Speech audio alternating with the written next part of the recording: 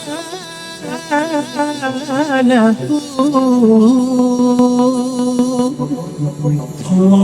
صل على محمد صلى الله عليه وسلم صلى الله عليه وسلم.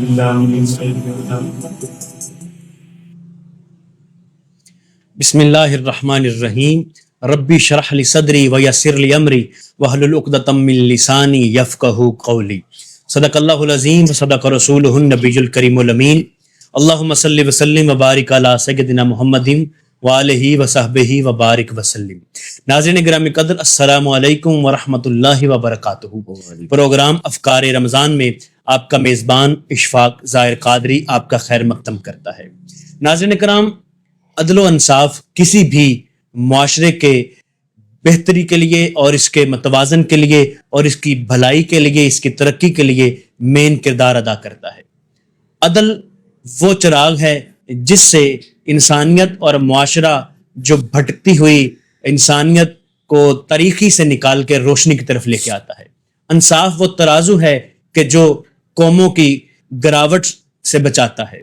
ناظرین کرام، عدل و انصاف سے ہی معاشرے ہمیشہ ترقی کرتے ہیں، اور اگر عدل و انصاف ہی کسی معاشرے میں ختم ہو جائے تو پھر وہی قومیں جو ہیں وہ تاریخ کے کٹہرے میں کھڑی ہو جاتی ہیں، اور پھر تنزلی اور اخلاقی، معاشی، معاشرتی تنزلی ان کا مقدر بن جاتی ہے.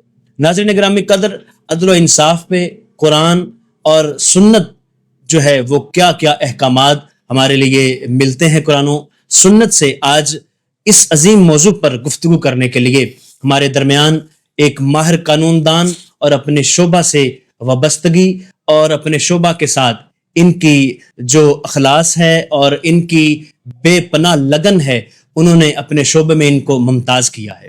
میری مراد ماہر قانون دان جناب Rai Shajar Abbas advocate, general secretary district bar Nankana Sahib, آپ ہمارے درمیان تشریف فرما ہیں. عدل و انصاف کے موضوع پر گفتگو کرنے کے لیے آج میں افکار رمضان پروگرام میں آپ کو خوش آمدید کہتا ہوں. اور آپ کے ہمراہ انتہائی خوبصورت شخصیت حضرت علامہ پروفیسر محمد کیسر نواز معینی صاحب، P H D research scholar, آپ تشریف لائے ہیں. آپ قرآن و حدیث کی روشنی میں عدل و انصاف کی اہمیت بتائیں گے. اور ان کے ہمراہ وطن عزیز کے ممتاز و معروف ثنا خان نعت گو شاعر محمد شہزاد معصومی صاحب نے بھی ہمیں جوائن کیا ہے. آپ کو بھی خوش آمدید کہتے ہیں. تمامی مہمانان گرامی قدر کا خیر مقدم ہے. ناظرین گرامی قدر، حمد باری تعالیٰ سے، صوفیانہ کلام سے آج کے اس پروگرام افکار رمضان، جو کہ ماہ رمضان المبارک کی آخری ساعتیں ہمیں نصیب ہوئی ہیں، ان ساعتوں میں اللہ کے ذکر سے اپنے قلوب و اذہان کو معطر و منور کرتے ہیں. میرے مولا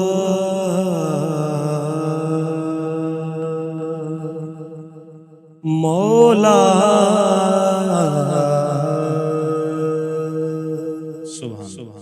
میرے مولا کرم ہو کرم،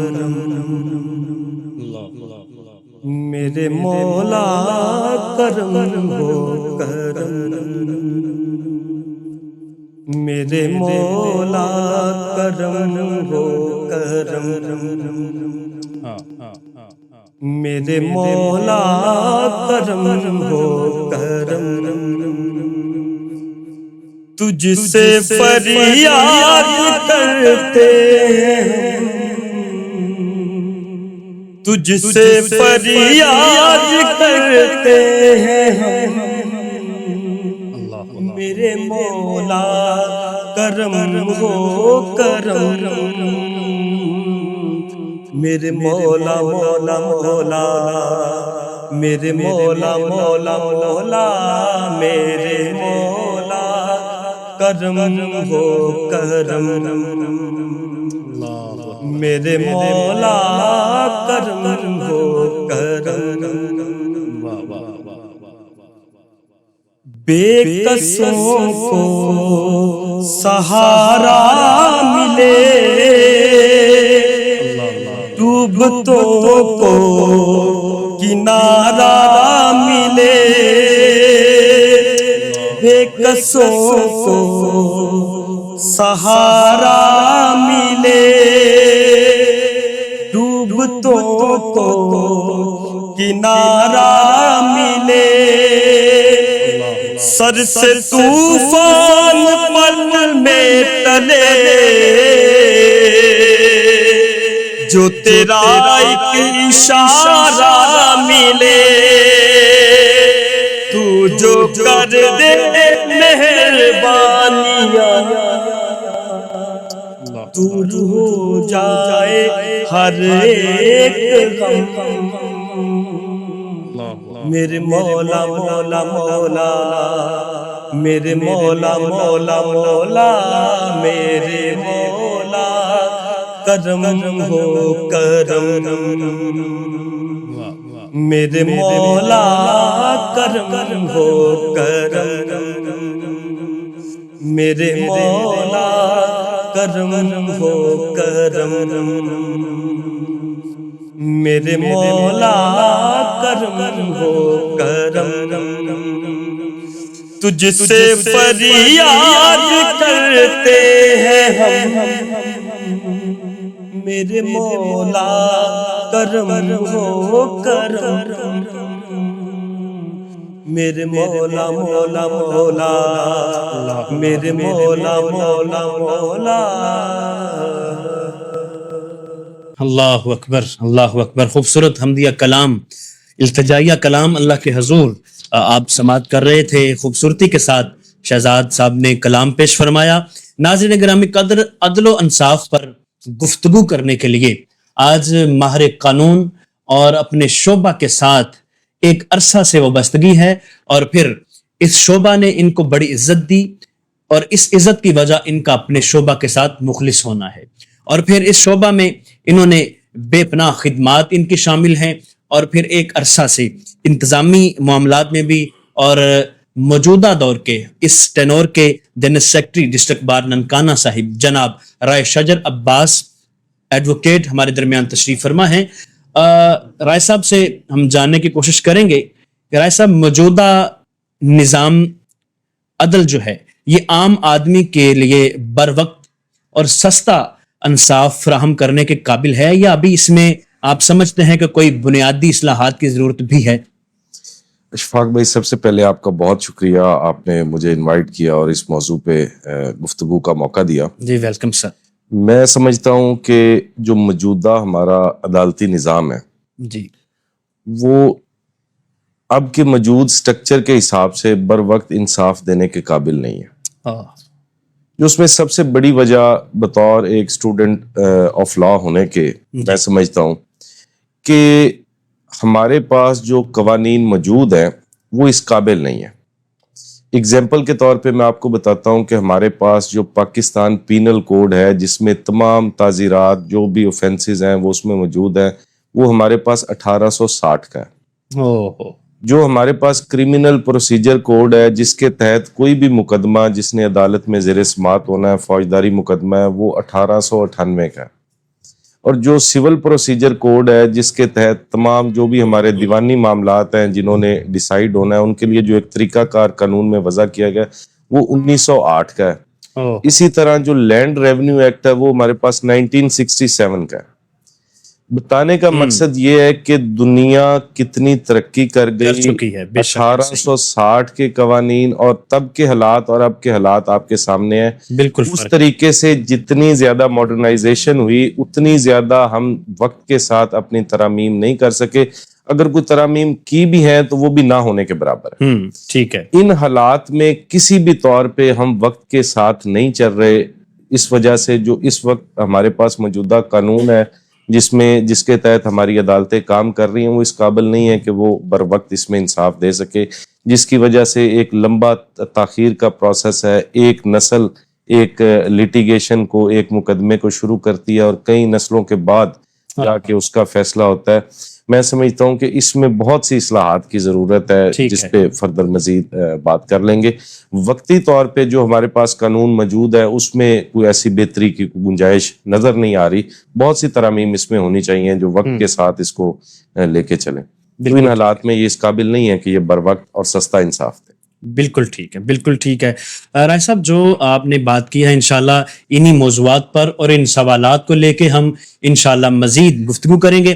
ناظرین گرامی قدر، آج کے ہمارے موضوع کے حوالے سے کوئی بھی سوال ہمارے جو اسکالر ہیں علامہ صاحب ان سے کرنا چاہیں، کوئی شریعت کے حوالے سے اور قرآن و حدیث کی روشنی میں آج کے موضوع پر گفتگو سماعت کرنا چاہیں، کوئی بھی سوال ہو ہمیں کمنٹ کریں، اور اگر کوئی قانونی رائے اگر آپ چاہیں تو رائے صاحب تشریف فرما ہے، ان سے آپ کوئی سوالات بھیج سکتے ہیں ہمیں، اور انشاءاللہ ہم کوشش کریں گے کہ آپ کے سوالات کو آج کے پروگرام کا حصہ بنایا جا سکے۔ جتنے احباب ہمارے ساتھ آئے تمامی احباب کا خیر مقدم ہے، اور انشاءاللہ آج کے پروگرام میں جتنے بھی احباب ہیں ان میں گیلانی بادشاہ سب سے پہلا کمنٹ آیا ہے، شکیل احمد سوروردی صاحب رائے صاحب کو اور تمام احباب کو سلام پیش کر رہے ہیں، رائے شجر عباس کو بالخصوص ان کی طرف سے سلام ہے، اور چودھری فہد قادری صاحب ہیں، وقار علی نقشبندی صاحب ہیں، شہزاد بھائی کو سلام پیش کر رہے ہیں، اور پوری ٹیم کو، علامہ صاحب کو سلام، فیاض محمود صاحب معروف تاجر ننکانہ صاحب کے، وہ بھی رائے صاحب کو سلام پیش کر رہے ہیں۔ انشاءاللہ وقتاً فوقتاً آپ تمام احباب کے نام پیغامات ہم شامل کرنے کی کوشش کریں گے۔ گرامی قدر احباب، عدل و انصاف آج کا ہمارا موضوع ہے۔ علامہ صاحب تشریف فرما ہیں، علامہ صاحب سے جانتے ہیں کہ عدل و انصاف کا معنی کیا ہے؟ اعوذ باللہ من الشیطان الرجیم، بسم اللہ الرحمن الرحیم۔ محترم اشفاق ظاہر قادری صاحب، آپ کا بار دیگر اور آپ کی پوری ٹیم کا شکریہ ادا کرتا ہوں۔ اللہ تعالیٰ آپ کو دارین کی سعادتیں عطا فرمائے، جزاک اللہ۔ اور آپ کی اس خوبصورت کاوش کو اللہ تعالیٰ اپنی بارگاہ میں قبول فرمائے۔ آج کا موضوع عدل و انصاف۔ بے شک۔ تو جہاں تک عدل کا معنی اور مفہوم ہے، جی، عدل عربی زبان کا لفظ ہے، جس کا لغوی معنی توازن قائم رکھنا، ٹھیک ہے، سیدھا کھڑا کرنا، اپنی حد کے اندر رہنا یا رکھنا۔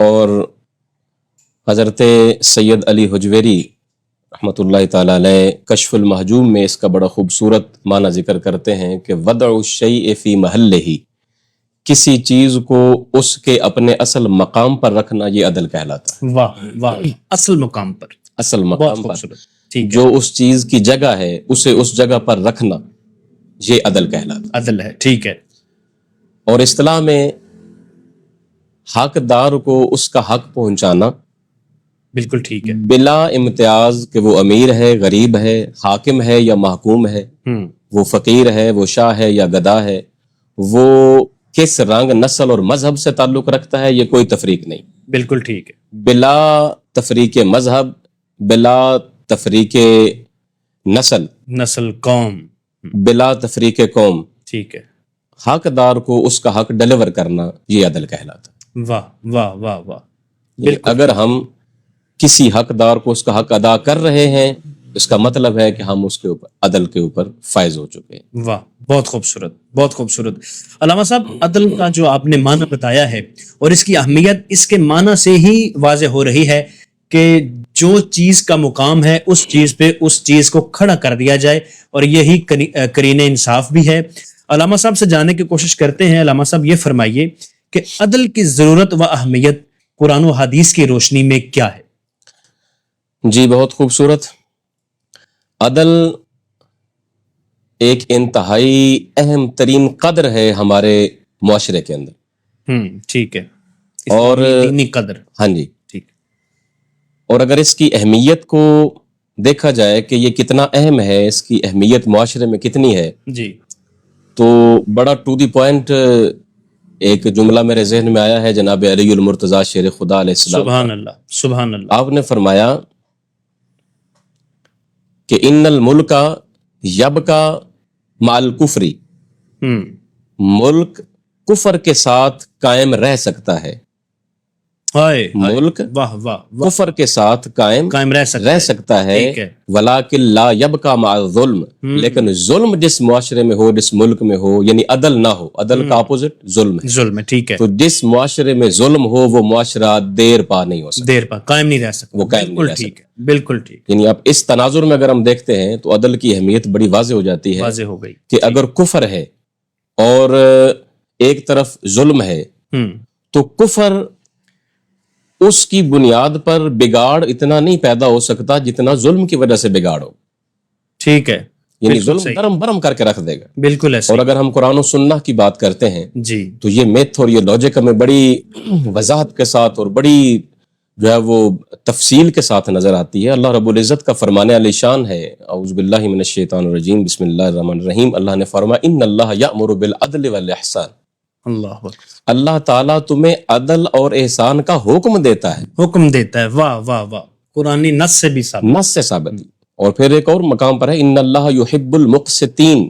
مقسط جو ہے یہ انصاف کرنے والے کو، عدل کرنے والے کو مقسط کہتے ہیں عربی زبان میں. اور خالق کائنات فرماتا ہے کہ جو عدل کرنے والے ہیں، جو انصاف کرنے والے ہیں، میں ان سے خود محبت فرماتا ہوں. کیا بات ہے، سبحان اللہ سبحان اللہ. تو قرآن مجید میں یہ تو ایک دو میں نے آیات عرض کی ہیں، قرآن مجید میں بارہا کثیر 20 آیات مقدسات ایسی ہیں کہ جہاں بار بار اس طرف توجہ دلائے گی. بلکہ میں ایک اور بڑی خوبصورت اس ماہ مبارک کے حوالے سے بات عرض کر دوں کہ رمضان المبارک ہم روزہ رکھتے ہیں، تو روزے کی جو لاجک ہے وہ قرآن مجید بیان کرتا ہے یا ایھا الذین آمنوا کتب علیکم الصیام کما کتب علی الذین من قبلکم لعلکم تتقون.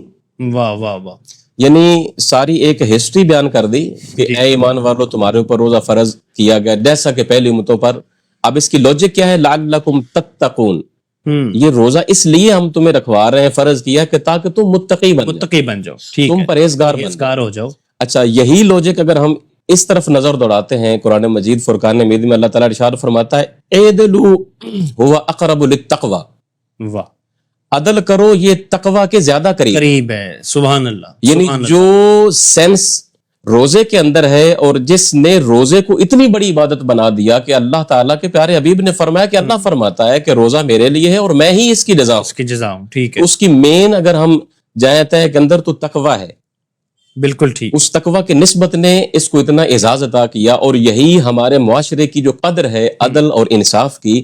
اللہ تعالیٰ ارشاد فرماتا ہے کہ اگر تم عدل قائم کرتے ہو، عدل کرتے ہو، انصاف کرتے ہو تو سمجھ لو یہ تم تقوی کے قریب ہو گئے. واہ واہ. تمہیں تقوی تمہارے اندر پیدا کرے گا اور تم متقین کی صف میں آ جاؤ گے. اور متقین وہ ہیں جن سے اللہ تعالیٰ پیار فرماتا ہے، جن سے اللہ تعالیٰ محبت فرماتا ہے. اگر ہم حدیث مبارکہ کی روشنی میں دیکھتے ہیں تو نبی محتشم صلی اللہ تعالی علیہ وآلہ علیہ وصحبہ وسلم کا ارشاد گرامی ہے. آپ نے فرمایا کہ وہ 7 لوگ جنہیں اللہ تعالیٰ اس دن جب کوئی سایہ نہیں ہوگا تو اپنا سایہ عطا فرمائے گا. ان میں ایک شخص وہ ہے جو امام عادل ہے. واہ واہ واہ واہ. جو عادل حکمران ہے قیامت کے سائے میں ہوگا. کیا بات. محشر کا میدان بپا ہوگا اور گرمی اخیر کی ہوگی، سورج سوا نیزے پہ ہوگا. رسول اللہ صلی اللہ علیہ وسلم نے فرمایا کہ اس وقت بھی اگر سایہ کسی کو نصیب ہوگا تو وہ اس حکمران کو ہوگا جو عادل ہوگا. واہ واہ واہ. جس نے عدل کا. اور پھر ایک اور حدیث مبارکہ رسول خدا صلی اللہ تعالی علیہ وسلم نے ارشاد فرمایا کہ اگر ایک عدل کرنے والا حکمران ایک دن عدل کرے، میری بات ناظرین کے کہیں دلوں تک اتر جائے. کیا بات ہے. عدل کرنے والا حکمران، پتہ نہیں حکمرانی بعض لوگوں نے 40 سال کی ہے، 50 سال کی ہے، 5 سال کی ہے، 2 سال، 2.5 سال، 1 ماہ، 1 دن. بالکل ٹھیک ہے. رسول خدا صلی اللہ تعالی علیہ وسلم نے فرمایا کہ جس حکمران نے ایک دن عدل قائم کر دیا 60 سال کی عبادت سے اس کو زیادہ افضل ثواب بتاؤ. واہ واہ واہ. معاشرے میں اتنی اہمیت ہے عدل کی کہ اگر ایک حکمران ایک دن عدل کرتا ہے اس کا یہ اعزاز ہے. اور اگر وہ ساری زندگی اپنے عدل کے اوپر قائم رہے. علامہ صاحب جتنی خوبصورت بات آپ نے کی ہے کہ جو حکمران ہے یا ہمارا قاضی ہے یا جج صاحبان ہے جو اس پہ مامور ہیں عدل کرنے پر، ان کے لیے تو یہ اعزاز اور اعجاز ہے اگر وہ عدل قائم کرتے ہیں. جو چونکہ آپ کے پہلو میں تشریف فرما ایک وکیل ہیں اور جو اس انصاف کو، عدل کو دلوانے میں پیش رہتے ہیں، ان کی کوشش ہوتی ہے انصاف فراہم کرنے میں، تو اس اعزاز اور اعجاز میں کیا وکیل وکلاء کا بھی حصہ شامل ہوگا؟ جی بہت خوبصورت آپ کا سوال ہے اشفاق بھائی. حدیث مبارکہ ہے الدال علی الخیر کفاعلہ. نیکی پر رہنمائی کرنے والا نیکی کرنے والے کی طرح ہے. بہت اچھے. سبحان اللہ سبحان اللہ. یعنی اگر کوئی ایک شخص نیک کام کر رہا ہے، ٹھیک ہے، آپ وہ نہیں کر سکتے لیکن آپ اس نیکی کے کام کرنے میں آپ سپورٹیو بن جاتے ہیں, آپ سپورٹر بن جاتے ہیں, آپ کچھ اس اپنا حصہ ڈالتے ہیں حسب توفیق اس میں. ہاں جی, تو گویا کہ آپ اس کی رہنمائی کر رہے ہیں. بہت اچھے. یا ایک بندہ کوئی کام نہیں کر رہا, آپ اس کو یہ کہتے ہیں کہ یار آپ کے اس کا آپ کی فیلڈ ہے, یعنی جس طرح رائے صاحب تشریف فرما ہے, ہم ان کو اگر یہ کہتے ہیں, یقیناً یہ اپنی فیلڈ کے بہت منجھے ہوئے اور ادبی شخصیت بھی ہیں, علمی بھی ہیں اور ماہر قانون ہیں, تو اگر کسی نے تو ان کو مشورہ دیا ہوگا. ہم ان کے زمانہ طالب علمی سے بات لے لیتے ہیں, آغاز سے لے لیتے ہیں, ٹھیک ہے, جس نے لگایا ہوگا کہ آپ اس فیلڈ میں آئیں, لیکن نصیحت ساتھ یہ کی ہوگی کہ آپ نے حق کے اوپر ڈٹ جانا ہے, بالکل آپ نے عدل کو قائم کرنا ہے. ٹھیک ہے, تو اگر یہ ساری زندگی عدل کرتے رہیں تو جو انہوں نے اچھا کام کرنا ہے, جس نے انہیں نصیحت کی تھی, یقیناً وہ اسے بھی اتنا ہی ثواب ملے گا. واہ. تو یہ اپنے سے اوپر لیول پہ چلے جائیں, جو ادارے نافذ کرنے والے ہیں عدل کو, یہ ان کے لیے سپورٹر ہیں. اگر یہ عدل قائم کرنے میں یہ سپورٹر بنتے ہیں تو یقیناً وہ قائم کریں گے تو ان کا حصہ انہیں بھی ملے گا, اور کم کیے بغیر انہیں بھی ملتا رہے. بالکل ٹھیک ہے. علامہ صاحب بہت خوبصورت آپ بات چیت کو لے کے چل رہے ہیں. ناظرین گرامی قدر, قبلہ رائے صاحب تشریف فرما ہیں, اور جیسے علامہ صاحب فرما رہے تھے کہ یہ اپنے شعبے میں بڑی مہارت رکھتے ہیں اور بڑی خدمات ہیں ان کی ایک عرصہ سے. رائے صاحب سے جانتے ہیں بطور ماہر قانون, رائے صاحب مقدمات جو ہمارے آج کل نظام ہے, نظام عدل, اس میں مقدمات میں غیر ضروری التوا اور تاخیر کا سبب کیا کیا چیزیں ہیں, اور کیا یہ مسئلہ جو چل رہا ہے تاخیر ہونے کا ان مقدمات میں, کیا اس کا کوئی دیر پا حل ہے, یا اس کے لیے کوئی اقدامات کیے جا سکتے ہیں, یا اس میں کوئی اصلاحات پیش کی جا سکتی ہیں؟ اشفاق بھائی, بہت خوبصورت اور بہت آج کے وقت کے حساب سے ریلیونٹ سوال آپ نے کیا. جس طرح میں نے پہلے گزارش کی کہ جو التوا کا مین سب سے بڑی وجہ ہے وہ ہمارے قوانین ہے. ٹھیک ہے. اب اس کی ذمہ داری عدلیہ پہ اور وکیل پہ تو ڈال دی جاتی ہے, لیکن دیکھا نہیں جاتا کہ اصل اس کی روٹ کاز, اصل جو اس کا بنیادی وجہ ہے وہ کیا ہے. ہاں بالکل ٹھیک ہے. اب جس طرح میں نے پہلے آپ کو بتایا کہ ہمارے پاس جو قوانین ہے, اگر ہم فوجداری کسی بھی قانون کی بات کریں تو وہ 1898 کا ہے. بالکل صحیح ہے.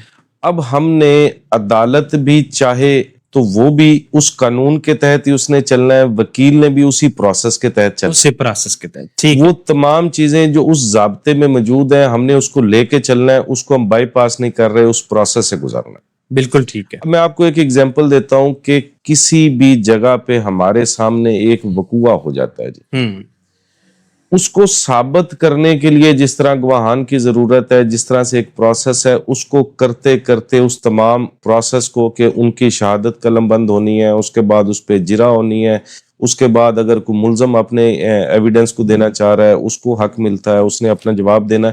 یہ ساری چیزیں ایک وہ ضابطے میں کے مطابق چلتے چلتے ایک وہ التوا والا پروسیس چلتا ہے کہ سالہ سال گزر جاتے ہیں اس پروسیس. ٹھیک ہے, بالکل صحیح. ہماری بدقسمتی ہے کہ ہم دنیا کے ساتھ اس طریقے سے, اس سپیڈ سے, جس طریقے سے دنیا ترقی کر رہی ہے ہم ان کے ساتھ نہیں چل رہے, نہیں چل سکے. ٹھیک ہے. اور اس میں سب سے زیادہ قصوروار جو سمجھتا ہوں وہ سمجھتا ہوں ہماری مقننہ کو, جو ہماری لیجسلیٹر ہے جس کا یہ کام ہے کہ وہ قانون سازی کرے, وہ اپنا کام پراپر طریقے سے نہیں کر رہی, اور اس کی جو ذمہ داری ہے وہ ڈال دی جاتی ہے عدلیہ پہ اور وکلا پہ. ٹھیک ہے. ان کا بھی کردار ہوگا, لیکن سب سے زیادہ ضروری ہے کہ ہم ہمارے ان قوانین میں, اس سسٹم میں, ان قوانین میں ہم اپنے وقت کے حساب سے لیجسلیشن کریں, ہم اس میں امینڈمنٹ اور ترامیم لے کے آئیں تاکہ ہم دور حاضر کے مطابق یہ سارا پروسیس چلا سکیں, تاکہ جس کو حق ملنا ہے اس کو اس کا حق لیتے لیتے اس کی نسلیں برباد نہ ہوں. اب ہمارے پاس جس طرح ریونیو کے مسائل ہیں کہ ریونیو, میں نے جس طرح آپ کو پہلے بتایا کہ 1967 کا ہمارے پاس لینڈ ریونیو ایکٹ, ایک بندہ مالک ہے, اگر اس نے, وہ مشترکہ مالک ہے کسی کھیوٹ میں, اس نے اپنا قبضہ لینا ہے تو قبضہ لیتے لیتے اس نے جو اس ضابطے کے مطابق اگر اس نے فالو کرنا ہے تو اس کی نسلیں گزر جائیں گی. سب سے پہلے اس کا تقسیم کا پروسیس ریونیو آفیسر نے کرنا ہے جو تحصیلدار لیول کا ہے. ٹھیک ہے. وہاں پہ آپ کو آپ کا حق مل گیا, دوسری پارٹی اس کے اگینسٹ جو آپ کے کلیکٹر ہیں ADCR یا DC صاحب اس کے پاس اپیل کر دیں گے, وہاں بھی آپ کے حق میں ہو گیا تو اس کی کمشنر کے پاس اپیل چلے جائے گی, وہاں آپ کئی سال ذلیل ہوں گے, اس کے بعد اگر وہاں سے آپ کو حق ملا تو بورڈ آف ریونیو میں دوسری پارٹی چلے گی, اس کے بعد وہ ہائی کورٹ میں چلی جائے گی, اس کے بعد سپریم کورٹ میں جائے گی. بتانے کا مقصد یہ ہے کہ التوا میں وکیل یا ججز سے زیادہ جو قصور ہے وہ ہمارے نظام ہمارے قانون کا ہے. ٹھیک ہے, بالکل کہ ہم اس کو اپنے وقت کے حساب سے امینڈ نہیں کر رہے, اس میں ترامیم نہیں ہو رہی. جس طرح علامہ صاحب نے فرمایا کہ سب سے زیادہ کسی بھی معاشرے میں ضروری چیز جو ہے وہ عدل اور انصاف ہے. بے شک. اگر آپ اس چیز کو کسی بھی طریقے سے آپ اس کو قائم کر دیں تو میں سمجھتا ہوں کہ ہماری سوسائٹی میں موجود کل 99% جو مسائل ہیں وہ حل ہو سکتے ہیں. بالکل صحیح. اگر ہم اپنا نظام عدل بہتر کر لیں, اگر ہم اس کو اس طریقے سے بنا دیں کہ جس کا حق ہے اس کو جلد ملے, جو مجرم ہیں ان کو بر وقت سزا ملے, اگر ہم اپنی ان چیزوں کو اپ ٹو ڈیٹ کریں, وقت کے حساب سے کریں, تو ہمارے معاشرے کے بے تحاشا مسائل جو ہیں وہ 1 گھنٹے میں اس میں جو ہے وہ ختم ہو سکتے ہیں, حل ہو سکتے ہیں. بالکل ٹھیک ہے. صاحب جیسا کہ آپ نظام کہنہ کی بات کر رہے ہیں کہ 2 صدیاں پرانا نظام ابھی تک ہمارے رائج ہے, کیا جیسے جدید دور ہے, AI کا دور آ گیا, انٹرنیٹ سے بات آگے جا چکی ہے, کیا ہمارے عدالتی نظام جو ہیں اس میں الیکٹرک جو دور ہے اسے کہہ لیں کہ انٹرنیٹ اور جتنی جدت ہے, کیا جدید آلات بھی اس میں استعمال کیے جاتے ہیں عدالتی نظام کو چلانے کے لیے؟ بالکل. اس میں اب جس طرح سے ہے ایویڈنس میں ہائی کورٹ نے اپنے رولز امینڈ کر کے اس میں اس طرح کی چیزیں اب انہوں نے شامل کی ہیں کہ کوئی کسی جگہ پہ دور بھی موجود ہو تو اس کی بھی جو آپ ماڈرن ڈیوائسز ہیں اس کے ذریعے ایویڈنس قلم بند ہو جائے گی. اس طرح سے کافی کی ہیں ویڈیو لنک کے ذریعے اس میں جو وٹنسز ہیں وہ اپنی ایویڈنس ریکارڈ کر سکتے ہیں. ہائی کورٹ اپنے تئیں رولز میں جتنی وہ ترامیم کر سکتی ہے وہ کر کے ایک ایفرٹ ضرور کر رہی ہے, لیکن بنیادی طور پہ جو قانون میں جو ہمارے ضابطے میں جس کے تحت یہ تمام نظام چلتا ہے جو اس میں ترامیم ہونی چاہیے, جو حصہ سب سے زیادہ لیجسلیشن کا جو ہماری مقننہ کا بنتا ہے ان کی طرف سے بالکل اس میں چپ ہے, خاموش. اور میں اس میں سب سے زیادہ جو قصوروار ہے وہ اپنے آپ کو سمجھتا ہوں, ایک عام شہری کو سمجھتا ہوں. اچھا. کہ ہمارے قانون میں جو ہمارا کانسٹیٹیوشن ہے اس میں بیسیکلی 3 پلر ہیں جی. ایک ہمارا جو مقننہ ہے جس نے ہماری لیجسلیشن کرنی ہے, جس میں ہماری صوبائی اسمبلیاں, ہماری نیشنل اسمبلی, ہماری سینٹ, اسی طریقے سے جو جوڈیشری اور جو انتظامیہ ایگزیکٹو, یہ تیسرا پلر ہے, یہ 3 پلر ہے. بالکل ٹھیک ہے. اب سب سے زیادہ فوکس ہے ہمارے کانسٹیٹیوشن کا ایک عام شہری پہ. اچھا. اب ہم نے دیکھنا یہ ہے کہ ہم کیا مٹیریل بھیج رہے ہیں ہماری جو صوبائی اسمبلیاں ہیں, جو ہماری نیشنل اسمبلی ہیں. بہت اچھا سوال. کیا وہ اس قابل ہیں کہ وہ جا کے ہمارے جو ان کا بیسک کام ہی یہ لیجسلیشن کرنا ہے, قانون سازی کرنا ہے, کیا وہ اس قابل ہیں کہ وہ وہاں پہ جا کے قانون سازی کریں؟ کسی کو, اور اس میں قصور میں سمجھتا ہوں کہ ہم شہریوں کا ہے کہ ہمیں اپنے مسائل ان تک پہنچانے چاہیے اور ان پہ اس چیز کا زیادہ سے زیادہ زور دینا چاہیے کہ وہ اپنے بیسک کام کی طرف جائے. ہم ان سے اس کی بجائے نالی مانگ رہے ہیں, سولنگ مانگ رہے ہیں, سڑک مانگ رہے ہیں, جن کا کام نہیں, جو ضلعی عدالتوں جو حکومتیں ہیں ان کا کام ہے. بلکہ ہماری پرائرٹی میں بطور شہری ہمارے یہ شامل ہی نہیں ہے کہ ہم اس چیز پہ فوکس کریں, ہم اس چیز کے لیے تگ و دو کریں. میں سمجھتا ہوں کہ اگر ہم اس کو اپنے عدالتی نظام کو, اپنے قوانین کو جدید کریں, جدت کے ساتھ لائیں, تو جو کریٹیسزم ایک وکیل برداشت کر رہا ہوتا ہے, ایک جج برداشت کر رہا ہوتا ہے, یہ ساری کی ساری تنقید جو ہے یہ 1 منٹ میں ختم ہو سکتی ہے. یہ تمام مسائل جو ہیں یہ بہت مختصر وقت میں یہ تمام کے تمام جو مسائل ہیں. ایسا میں آپ کی بات کو آگے بڑھانا چاہوں گا آپ کے اسی جملہ سے کہ آج کل سوشل میڈیا کا دور ہے. کسی بھی مسئلے کو لے کے سوشل میڈیا پہ کوئی ایک بات وائرل ہوتی ہے, کوئی مسئلہ اٹھایا جاتا ہے نوجوانوں کی طرف سے یا کوئی بھی ایسا ہو, کیا اس نظام پہ یا کسی بھی مسئلے کے حل کے لیے یا عدالتی معاملات میں یہ جو سوشل میڈیا کا دباؤ ہے, کیا یہ بھی اثر انداز ہوتا ہے کہیں پہ؟ میں سمجھتا ہوں کہ یہ اثر انداز نہیں ہوتا. ٹھیک. کیونکہ ہمارے قانون کے مطابق جو ہماری جوڈیشری ہے, جو ہمارے جوڈیشل آفیسرز ہیں, ان کو سوسائٹی سے علیحدہ رکھا جاتا ہے اچھا کہ ایون ان کے رولز کے مطابق وہ پبلکلی جا کے میٹنگز اور اس طرح سے اپنے معاملات وہ نہیں کر سکتے. بالکل ٹھیک ہے. اگزامپل دیتا ہوں کہ ایک جج صاحب اگر ایک وقوع ہوتے ہوئے دیکھ بھی لیں، ان کے سامنے ہوا ہے، بالکل ٹھیک، لیکن اس کے باوجود بھی وہ اس طریقے سے اس کو سزا نہیں دے سکتے. ضروری ہے وہی بات جو میں نے آپ سے پہلے کی، اس پروسیجر سے گزرنا ضروری. بالکل ٹھیک ہے. اس میں گواہان کا آنا ضروری ہے، اس میں اس کے جرا ہونی اس کی ضروری ہے، اور اس دوران اگر کسی طرح کی کنٹراڈکشن آ جائے ٹھیک ہے کہ گواہان کے جو بیانات ہے ان میں کنٹراڈکشن آئے، جج صاحب نے وہ وقوع دیکھا بھی ہو، تو وہ باؤنڈ ہیں اس فائل کے مطابق فیصلہ کرنے کے.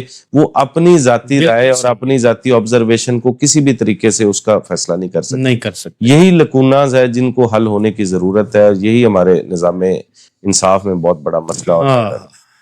ناظرین گرامی قدر، آج کا ہمارا موضوع ہمارے معاشرے کی اتنی بڑی ضرورت ہے کہ یقینی طور پر آپ کو آج گفتگو سن کے بھی اندازہ ہو رہا ہوگا. ماہر قانون ہمارے درمیان تشریف فرما ہے، اور ایک ماہر عالم دین، جید عالم دین بھی موجود ہیں.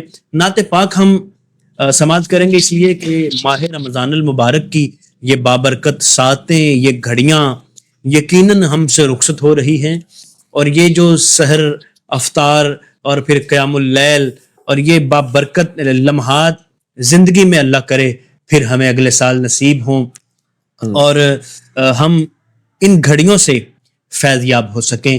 حضور کا ذکر خیر سماعت کرتے ہیں شہزاد معصومی صاحب سے. دیکھنے کو یا محمد اللہ اکبر، یوں تو کیا دیکھا نہیں، واہ واہ واہ واہ.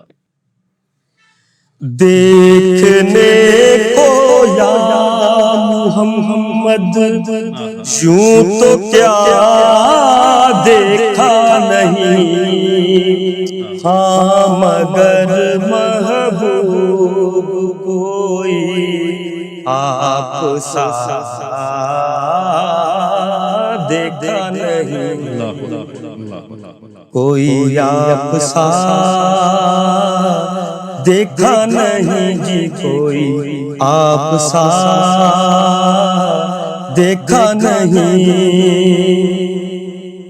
میں تو کر سکتا نہیں جنت کی باتیں شوق سے، میں تو کر سکتا نہیں جنت کی باتیں شوق سے، وہ کرے جس نے دیارے مصطفیٰ دیکھا نہیں، کوئی آپ سا دیکھا نہیں جی، کوئی آپ سا دیکھا نہیں. ایک دن جبریل سے کہنے لگے شاہ تو نے تو دیکھے ہیں جہاں، بتلاؤ تو کیسے ہیں ہم. روح الامین کہنے لگے، روح الامین کہنے لگے، اے مہجبین تیری قسم، ایک سے ایک بڑھ کر حسین دیکھے مگر یا مصطفیٰ، ایک سے ایک بڑھ کر حسین دیکھے مگر یا مصطفیٰ، تم سے بڑھ کر حسن والا دوسرا دیکھا نہیں، کوئی آپ سا دیکھا نہیں جی، کوئی آپ سا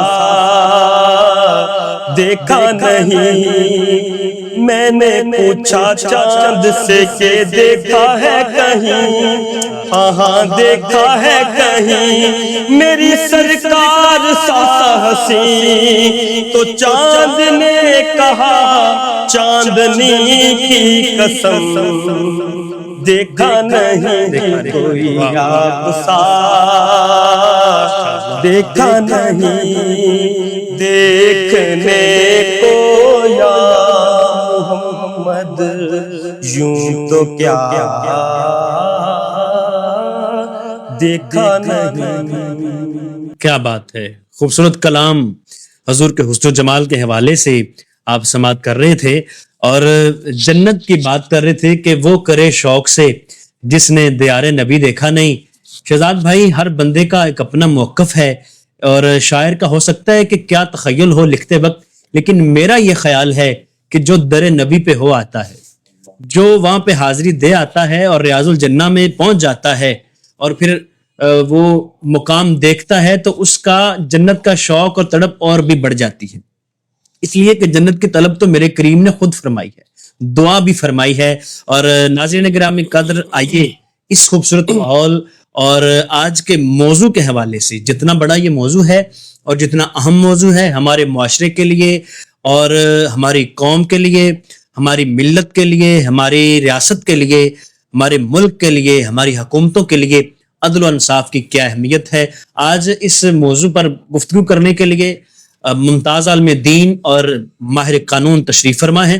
علامہ صاحب سے یہ جاننے کی کوشش کرتے ہیں۔ علامہ صاحب، یہ فرمائیے کہ عدل کی اقسام شرعی طور پر قرآن و حدیث کی روشنی میں کیا کیا ہے، اور کیا دور حاضر میں صحیح معنوں میں ان کا اطلاق نظر آتا ہے؟ یہ بہت خوبصورت سوال ہے آپ کا۔ عدل جو ہے، اس کی بنیادی طور پر اگر ہم اقسام دیکھتے ہیں تو یہ دو ہے۔ ایک عدل انفرادی ہے اور ایک عدل اجتماعی ہے۔ اچھا، واہ۔ سب سے پہلا مرحلہ جو ہے وہ عدل انفرادی ہے، کہ انسان کو اپنی ذات کو عدل کے کٹہرے میں لا کر کھڑا کرنے کی ضرورت ہے۔ سب سے پہلی بات، وہ افراط کا شکار نہ ہو، وہ تفرید کا شکار نہ ہو، ٹھیک ہے، وہ تعصب کا شکار نہ ہو، اور وہ بالکل لیول سے نیچے بھی نہ چلا جائے۔ یہ عدل ہے، یہ عدل ہے۔ واہ جی واہ۔ اور رسول خدا صلی اللہ تعالی علیہ وسلم نے فرمایا خیر الامور اوسطها، بہترین معاملات وہ ہیں جو درمیانے درجے کے۔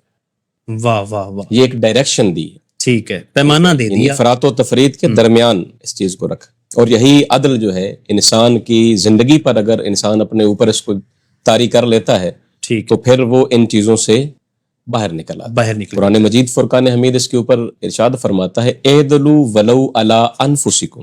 سبحان اللہ۔ قرآن نے بڑی شاندار انداز سے اس کی تشریح بیان فرمائی ہے کہ تم عدل کرو چاہے وہ تمہارے اپنے ہی کیوں نہ خلاف ہو۔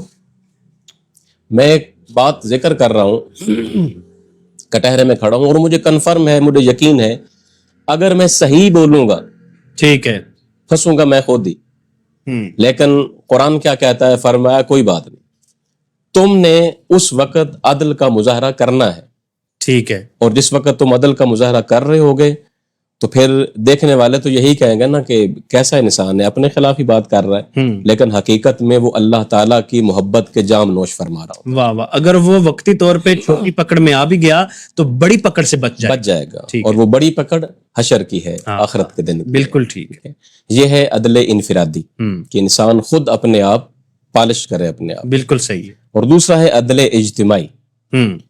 اجتماعی عدل وہ ہے جس میں آپ کی ذات سے منسوب دیگر تمام اشیاء شامل ہیں، اس میں معاشرہ ہے، اس میں سیاست ہے، اس میں سماج ہے، اس میں سارے ادارہ جات ہیں، اس میں زندگی کا ہر لمحہ شامل ہے، ہر سٹیج، ہر درجہ شامل ہے۔ بالکل ٹھیک ہے۔ تو عدل اجتماعی جو ہے وہ عدل کی دوسری قسم ہے، اور اس قسم کا اطلاق جو ہے وہ شریعت کے اندر مطلوب ہے کہ ان تمام چیزوں میں عدل کو رائج کیا جائے، نہ صرف رائج کیا جائے بلکہ ان کو تا دم آخر ان کے اوپر قائم رہنے کی کوشش کی جائے۔ واہ واہ واہ۔ اگر آپ عدل کو انطباق کر لیتے ہیں تو یقین کہ وہ حضرت علی المرتضیٰ شیر خدا کا جو قول میں نے آپ کے سامنے رکھا کہ جس معاشرے میں عدل ہے وہاں بے برکتی نہیں ہوگی، واہ واہ۔ جس معاشرے میں عدل ہے وہاں پہ نحوست نہیں آئے گی، واہ واہ، جس معاشرے میں عدل ہے وہاں پہ کبھی بھی کسی کی عزت جو ہے وہ غیر محفوظ نہیں ہوگی.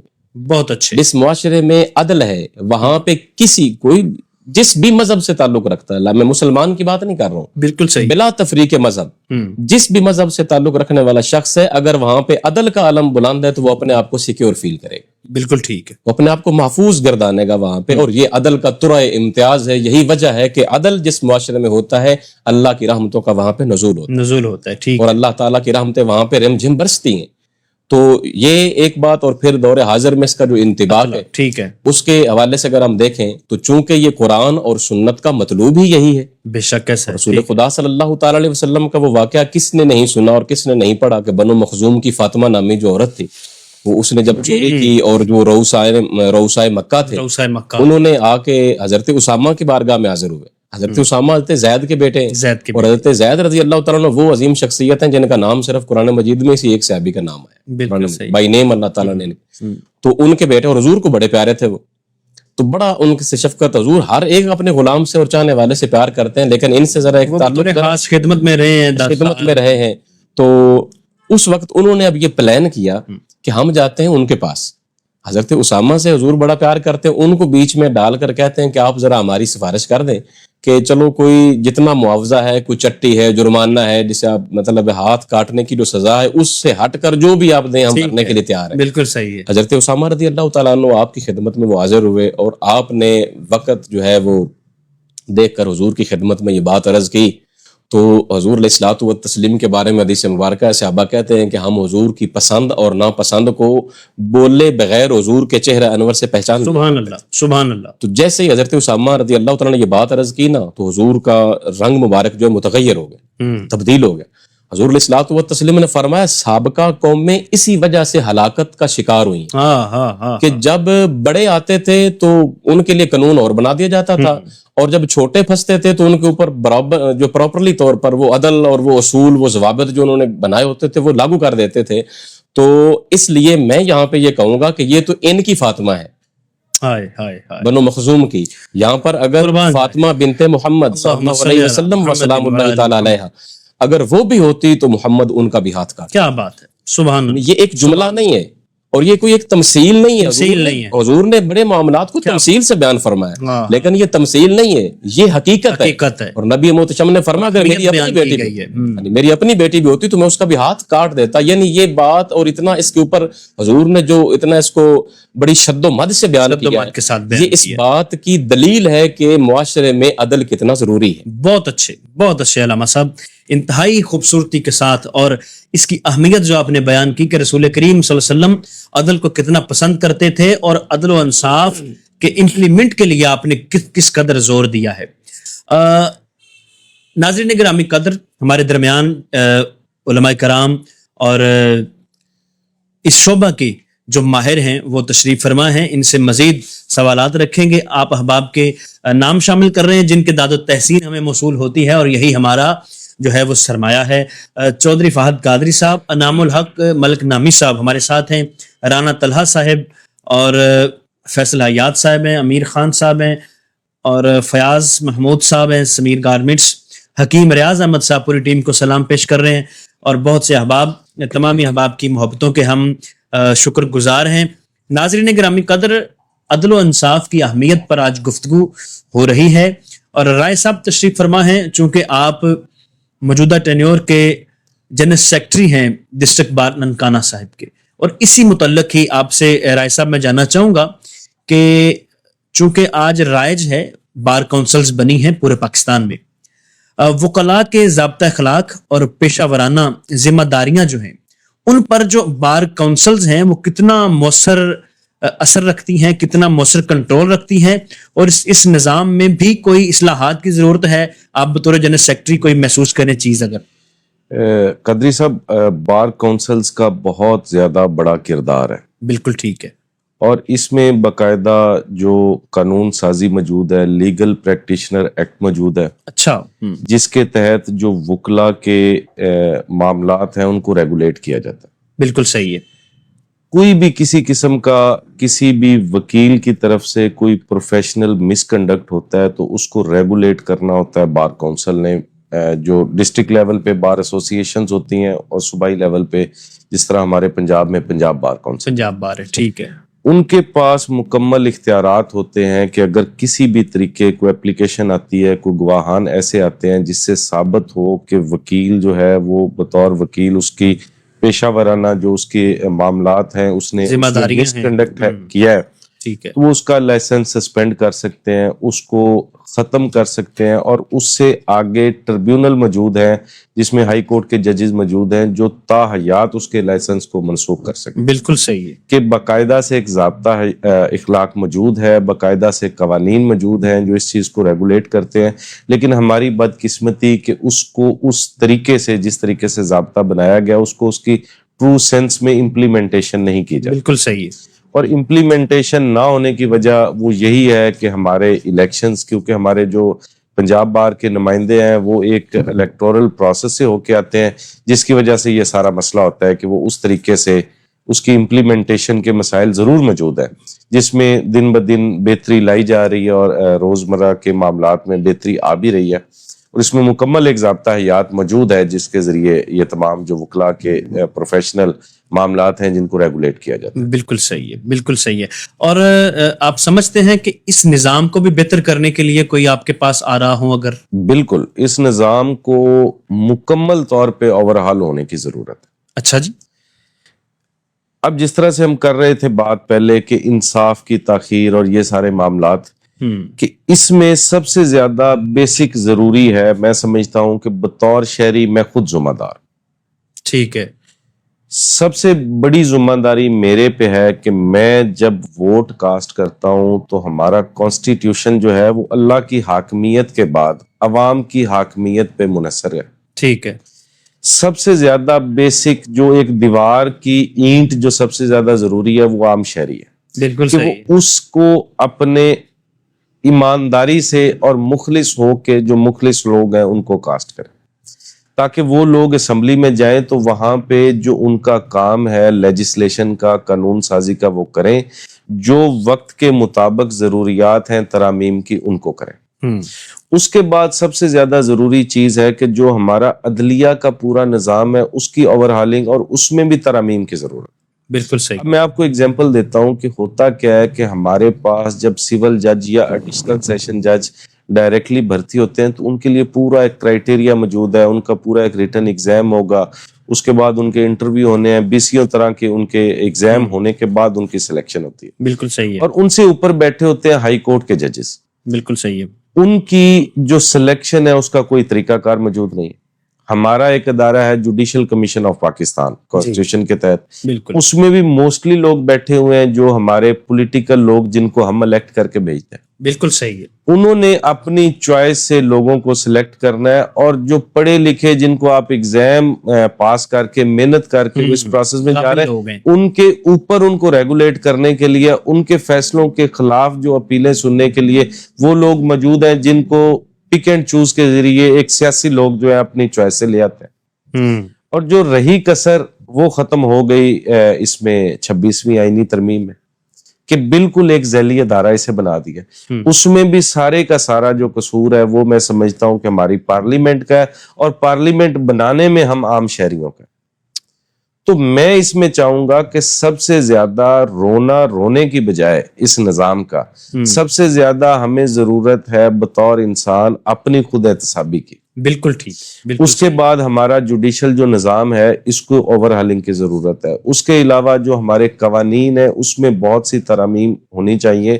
اگر آپ کے وہاں پہ لا نوئنگ بندے بیٹھے ہوں گے آپ کی پارلیمنٹ میں، وہ دیکھیں گے کہ یہ ہمارے وقت کے مطابق نہیں ہے، وہ اس میں ترامیم جو ہے وہ سجیسٹ کریں گے۔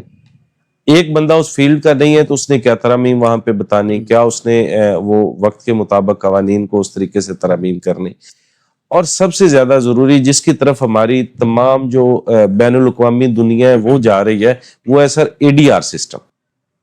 آلٹرنیٹ ڈسپیوٹ ریزولیشن سسٹم، جس کو ہم ثالثی کا نظام کہتے ہیں. ثالثی کا نظام، ٹھیک ہے. کہ جب بھی کوئی دیوانی معاملہ، کوئی ریونیو کا معاملہ آتا ہے تو اس میں سب سے زیادہ آسان اس کو ریزالو کرنے کا طریقہ ہے وہ ADR سسٹم. ٹھیک ہے. کہ وہاں پہ ایک جوڈیشل آفیسر موجود ہو، دونوں پارٹیز آئیں، ان کے درمیان نیگوشیٹ کر کے ایک جو عام ہمارا پروسیس ہے اس کو سسپینڈ کر کے نیگوشیٹ کر کے ان کے بامی کوئی ایسا طریقہ کار اور ایسا حل نکالا جائے جو سب کے لیے قابل قبول. بہت اچھا. اگر ایفیکٹیولی اس ADR سسٹم کو، جس کی طرف پوری دنیا جا رہی ہے، ہم اپنے نظام انصاف میں اس کو لے آئے تو میں سمجھتا ہوں کہ ہمارے 60-70% جو ہمارے سول کیسز ہیں، جو بنیادی وجہ ہے ہمارے انصاف میں تاخیر کے، بہت زیادہ اس میں لیٹیگیشن موجود ہے، وہ سارے ختم ہو جائیں گے.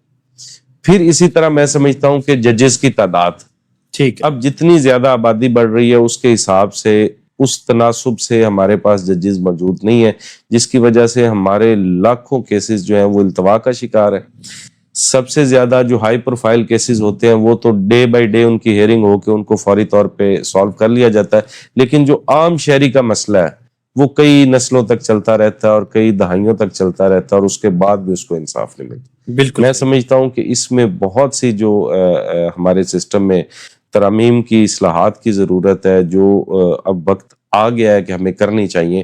کیونکہ اگر ہمارا عدل کا نظام ٹھیک ہو جائے، ہم ان ترامیم کو کر لیں، اس طریقے سے ہم باقی دنیا کے ساتھ ریگولیٹ ہو کے چلیں، تو ہمارے باقی جتنے بھی مسائل ہیں وہ دنوں میں ہمارے جو ہے مسئلے وہ حل ہو سکتے ہیں. بالکل. اگر ہمارے پاس ایفیکٹو جوڈیشری موجود ہو، ایفیکٹو ہمارے پاس قوانین موجود ہو اور ان کے اوپر امپلیمنٹیشن. بالکل ٹھیک، بالکل ٹھیک ہے رائے صاحب، بہت اچھی آراء ہیں آپ کی، اور امید ہے انشاءاللہ کہ پاکستان میں بہتری آئے گی.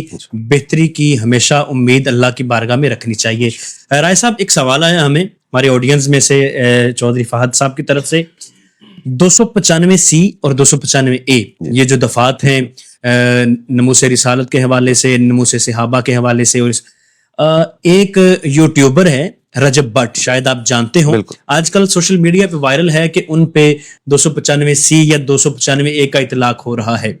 پہلے نمبر پہ تو اگر آپ کے نالج میں یہ چیز ہو کہ کیا جو اس کا ایکٹ ہے، اس کے بیانات ہیں، کیا اس پہ لاگو ہوتی ہے 295A یا 295C، اور کیا اس پہ لگ بھی چکی ہے یا اس کا کیا حل ہے؟ اور اس نے معافی بھی مانگی ہے، خانہ کعبہ میں جا کے بھی، یہاں پہ بھی اس کے ویڈیو پیغامات آ چکے ہیں، وہ معافی مانگ رہا ہے، اللہ رسول اور عوام سے، مسلمانوں سے معافی بھی طلب کر رہا ہے. اس حوالے سے ذرا فرمائیے کہ رجب بٹ کے لیے ایک بطور ماہر قانون آپ کیا جو اپنی رائے پیش کریں گے؟ میں نے بھی وہ کلپ دیکھا، اس میں جس طریقے سے وہ ایک بات کی گئی 295C کی، ٹھیک ہے، جس تمسخر کے ساتھ اور جس طریقے سے وہ کی گئی، ٹھیک ہے، میں سمجھتا ہوں کہ وہ قانون کا مذاق اس نے ضرور اڑایا، ٹھیک ہے، لیکن کسی بھی طور پہ 295C کا وہ میٹر نہیں تھا. ٹھیک ہے، لیکن اگر اس پہ لگی ہے تو اس کے صرف معافی مانگنے سے وہ مسئلہ حل نہیں ہوگا. زندہ باد. بالکل. یہ اوفینسز ایسے ہیں کہ جن کو ہمارا قانون بھی کہتا ہے کہ یہ کمپاؤنڈیبل نہیں ہے، یہ کوئی قابل راضی نامہ جرائم نہیں ہے، یہ جرم اگینسٹ اسٹیٹ ہے، ہماری ریاست کے خلاف جرم. بالکل ٹھیک. جس کو چاہ کے بھی، چاہے جو بھی مدعی ہو، جو بھی اس میں کمپلیننٹ ہو، وہ چاہ کے بھی اس کو اپنے طریقے سے معاف نہیں کر سکتے. ٹھیک ہے رائے صاحب، ہمارے علماء یا ہماری عوام یا ہمارے مسلمان ان کو معاف کرنے کی جو ہے وہ نہ کوئی حیثیت رکھتے ہیں اور نہ کر ہی سکتے ہیں. قانون کے مطابق معاف نہیں کر سکتے، صرف اور صرف ریاست معاف کر سکتی، ریاست. ٹھیک ہے، ٹھیک ہے، اور ایسا کوئی طریقہ کار نہیں ہے جس کے ذریعے اسے معافی ملے. بالکل. اس کو عدالت کے اندر جو پروسیکیوشن ہوگی، جو ہمارا یہ مقدمہ لڑنے والی ٹیم ہوگی، جو ریاست کی طرف سے تمام ثبوت مقدمے میں پیش کرے گی، اسے ثابت کرنا پڑے گا کہ کیا یہ 295C کا معاملہ ہے کہ نہیں. قانون کا مذاق اس نے ضرور اڑایا، ٹھیک ہے، وہ نظر آتا ہے اس کلپ میں، لیکن کیا اس فخریہ پن میں، اس تمسخر میں بہت اچھے کوئی کسی شخصیت کا نبی کریم صلی اللہ علیہ وسلم کی شان میں گستاخی موجود ہے کہ نہیں، یہ ہماری پروسیکیوشن کو ثابت کرنا پڑے. بہت خوبصورتی کے ساتھ آپ نے اس معاملے کو بیان کیا ہے، اور بطور ایک رسول اللہ صلی اللہ علیہ وسلم کے غلام بطور مسلمان یہ ہمارے جذبات ہونے بھی چاہیے کہ اگر اس کے کہیں کسی بھی انداز سے کوئی ایسا چیز کا شعبہ بھی ہے تو پھر جو ایک پراپر نظام ہے اس کے تحت ہی اسے معافی مل سکتی ہے. اللہ رسول کا معاملہ تو پھر اللہ رسول کا ہے. ناظرین کرام، علامہ صاحب سے بھی میں یہی سوال رکھوں گا، رائے صاحب کی طرف پھر آئیں گے اور ان سے ان کے شعبے کے متعلق سوال کریں گے. علامہ صاحب سے بھی رجب بٹ کے معاملے پر میں سوال کرنا چاہوں گا. جیسے علامہ صاحب، رجب بٹ کا معاملہ آپ کے بھی نوٹس میں ہوگا، سوشل میڈیا پہ آج کل یہ ٹرینڈنگ پہ ہے یہ مسئلہ. 295C 295A کا اس نے جو رائے صاحب فرما چکے ہیں کہ تمسخر اڑایا، اس نے مذاق کے انداز میں بات کی اور پھر اس نے جا کے معافی بھی مانگی، خانہ کعبہ میں اس کی ویڈیو بھی آئی. اس حوالے سے جیسے انہوں نے فرمایا کہ قانون انہیں معاف کرنے کا حق نہیں رکھتا، اس طرح اسے معافی نہیں مل سکتی قانونی طور پر، عوام اسے معافی نہیں دے سکتی یا علماء یا تنظیمات معافی نہیں دے سکتی. کیا قرآن و حدیث کی روشنی میں کیا شرعی طور پہ اسے معافی دینے کا حق کس کا ہے اور اسے معافی کس انداز سے مل سکتی ہے رجب بٹ کو؟ جی بہت خوبصورت. رائے صاحب نے پہلے ہی بہت اس کے اوپر ایک منصفانہ اور عادلانہ بیان، بالکل غیر جانبدارانہ، بالکل ایسے. اور میں بھی بالکل یہی بات کروں گا اس حوالے سے کہ اگر ہم شرعی لحاظ سے دیکھتے ہیں تو جب ہم ایک اسٹیٹ کے باسی ہیں، بالکل صحیح ہے، اس کے باشندے ہیں، تو پھر ایسے معاملات کو ذاتی طور پر یا اپنی چاہت اور ناچاہت کے اوپر معاف یا اس کے اگینسٹ نہیں جایا جائے گا، بلکہ ریاست اس مسئلے کو ڈیل کرے گی. ٹھیک ہے، اور ریاست، اور اس کی کئی مثالیں ہیں. نبی پاک صلی اللہ تعالی علیہ وسلم کی بارگاہ میں ایک مسلمان اور ایک یہودی کا کیس آیا اور جس وقت دلائل سنے گئے تو ریاست کون ہے؟ رسول اللہ صلی اللہ تعالی علیہ وسلم. سبحان اللہ. اور وہ کیس آ گیا ہے ایک مسلم اور نان مسلم کا، لیکن اس میں اب کوئی یہ نہیں دیکھا جائے گا کہ پسند کیا ہے یا ناپسند کیا ہے. بہت اچھے، ٹھیک، یہ نہیں دیکھا جائے گا. یہ دیکھا جائے گا کہ دلائل کس کے ٹھیک ہیں اور اپنے موقع پر صحیح کون ہے. صحیح کون؟ رسول اللہ نے دونوں کے دلائل سنے اور جب دلائل سنے تو پھر آپ نے وہ فیصلہ یہودی کے حق میں لکھ کر دے دی.